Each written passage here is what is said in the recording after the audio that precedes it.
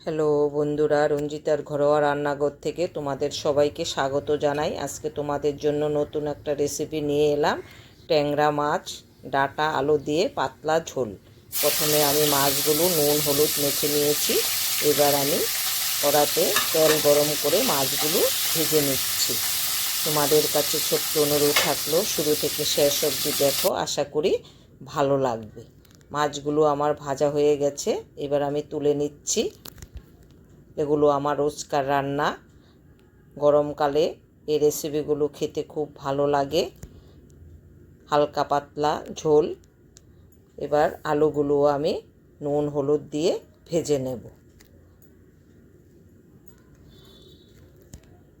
খুব সুন্দর একটা রেসিপি, এটা গরমকালের রেসিপি। যদি তোমাদের ভালো লাগে তোমরা এইভাবে করে দেখতে পারো। এবার আমি ডাঁটাগুলোও দিয়ে দিচ্ছি, আলুর সঙ্গে একটু হালকা করে ভেজে নেব। তোমাদের কাছে একটা অনুরোধ থাকলো, আমার পেজটা একটু লাইক শেয়ার করে দিও। যারা যারা রঞ্জিতার ঘরোয়া রান্নাঘর সাবস্ক্রাইব করোনি, সাবস্ক্রাইব করে নেবে, তাহলে নতুন নতুন রেসিপিগুলো দেখতে পাবে। ইউটিউবেও আমার এই রেসিপিগুলো তোমরা দেখতে পাবে। ডাঁটা আলুগুলো ভাজা হয়ে গেছে, এবার কড়াতে আমি কালো জিরে ফোড়ন দিয়ে দিলাম। এবার দুটো পেঁয়াজ কুচি দিয়ে দিচ্ছি। তোমরা চাইলে পেঁয়াজটা নাও দিতে পারো, তবে আমি একটু পেঁয়াজ দিয়ে রান্নাটা করছি। নুন দিয়ে দিলাম পরিমাণ মতো, দিয়ে একটু ভেজে নিচ্ছি। এবার একটা টমেটো দিয়ে দিচ্ছি, টমেটো কুচি। ওটাও আমি পেঁয়াজের সঙ্গে একটু ভেজে নেব। আবার একটু ঢাকা দিয়ে দেব টমেটোটা সিদ্ধ হওয়ার জন্য।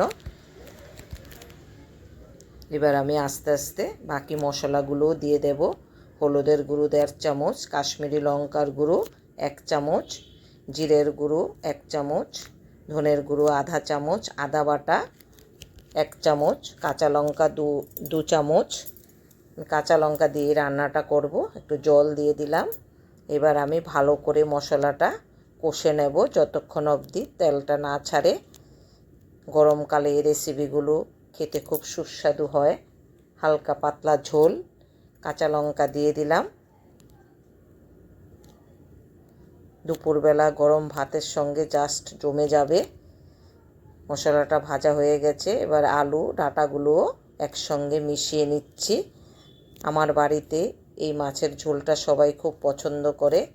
এবার জল দিয়ে দিলাম পরিমাণ মতো, দিয়ে একসঙ্গে ভালো করে মিশিয়ে নিচ্ছি। এবার একটু ঢাকা দিয়ে দিচ্ছি সিদ্ধ হওয়ার জন্য। এবার আমি ভাজা মাছগুলো দিয়ে দেব। যদি আমার রেসিপিগুলো তোমাদের ভালো লাগে, লাইক দেবে, শেয়ার করবে। আবার একটু ঢাকা দিয়ে দিচ্ছি মাছগুলো সিদ্ধ হওয়ার জন্য। এই দেখো কালারটা কি সুন্দর হয়েছে। রান্নাটা আমার হয়ে গেছে, এবার আমি বাটিতে তুলে নিচ্ছি।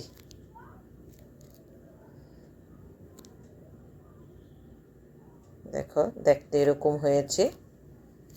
যদি তোমাদের ভালো লাগে তোমরাও করে খেও। এই দেখো, সবাই ভালো থেকো, সুস্থ থেকো, পাশে থেকো।